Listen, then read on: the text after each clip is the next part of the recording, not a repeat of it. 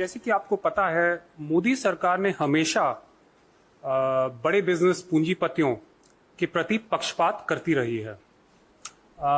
इसका सबसे बड़ा उदाहरण अडानी ग्रुप है, जिसे लेकर हम अडानी है कौन सीरीज के माध्यम से प्रधानमंत्री मोदी से अनेक सवाल पूछे, 100 सवाल पूछे, अभी तक उनका कोई जवाब नहीं आया है।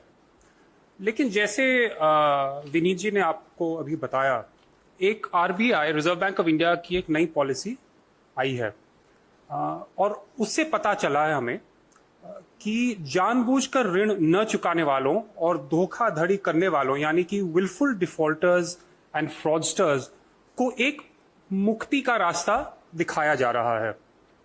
उनको क्लीन चिट दिलाने का प्रयास किया जा रहा है। 8 जून 2023 को आरबीआई ने एक framework for compromise settlements and technical right offs के तहत निर्देश जारी किए। इसमें साफ लिखा है कि banks and other regulated entities, I quote, may undertake compromise settlements or technical write-offs in respect of accounts categorized as willful defaulters or fraud without prejudice to the criminal proceeding underway। यानी कि इन्हें अब समझौता करने की अनुमति दी गई है। All India Bank Officers Confederation और All India Bank Employees Association, जिनके 6 लाख मेंबर्स हैं, इन्होंने इसका विरोध किया है और उन्होंने कहा है कि it will not only lead to erosion of public trust in the banking sector, but also undermine the confidence of depositors। उन्होंने ये भी कहा है कि such leniency serves to perpetuate a culture of non-compliance and moral hazard, leaving banks and their employees bearing the brunt of the losses। और याद रखिए, सिर्फ बैंक्स और उनके एम्प्लॉयज को लॉसेज नहीं झेलने पड़ेंगे, टैक्स पेयर्स और मिडिल क्लास को भी झेलने पड़ेंगे, क्योंकि अंत में ये पैसा हमारे टैक्सेस से आता है। और ये जो मॉरल हैजर्ड कह रही है, एक महत्वपूर्ण बात है। वो कह रहे हैं कि डिफॉल्टर्स को प्रोत्साहन मिलेगा, क्योंकि अगर आज आपको आपके डिफॉल्ट्स को माफ किया जा रहा है तो कल को आपको फिर से मौका मिलेगा, तो आप क्यों नहीं लेंगे और लोन्स, और फिर आगे फिर से डिफॉल्ट होने का चांस है। अब आपको मैं याद दिलाना चाहता हूं, जैसे विनीत जी ने कहा, कि मिडिल क्लास, मध्य वर्ग को निरंतर ईएमआई और कर्ज का बोझ चुकाना पड़ रहा है। उनको अनेक परेशानियां हैं, और दूसरी तरफ विलफुल डिफॉल्टर्स और फ्रॉडस्टर्स को राहत दी जा रही है, उनके लिए एक समझौता समाधान हो रहा है। तो ये मोदी सरकार की नीति स्पष्ट है, मिडिल क्लास के खिलाफ है, विलफुल डिफॉल्टर्स के पक्ष में है। अब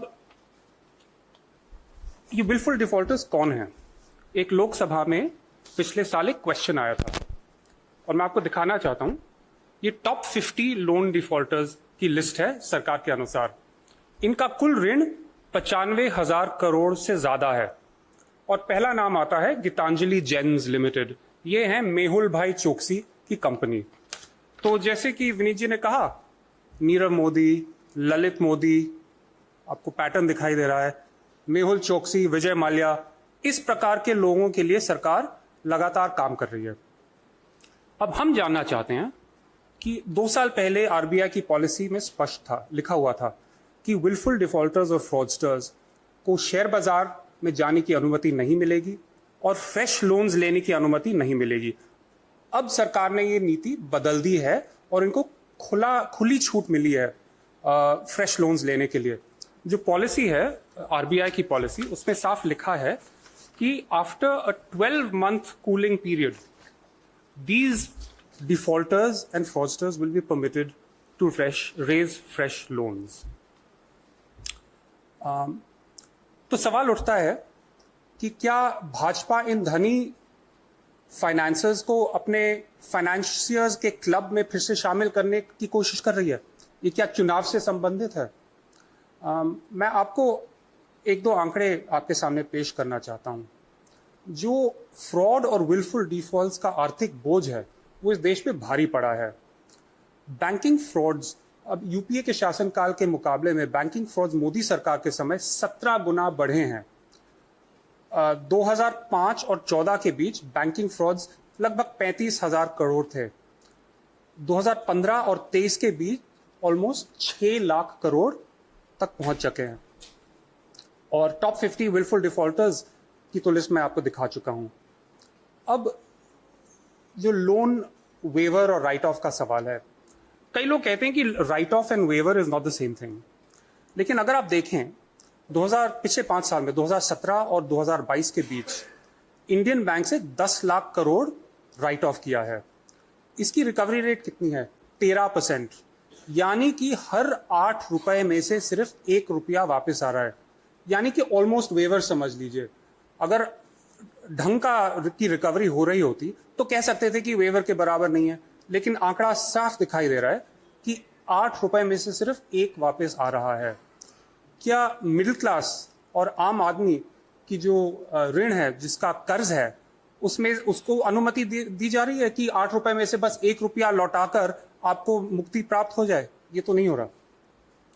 तो अंत में बस ये कहना चाहता हूं कि मोदी सरकार की नीति और नीयत साफ दिखाई दे रही है।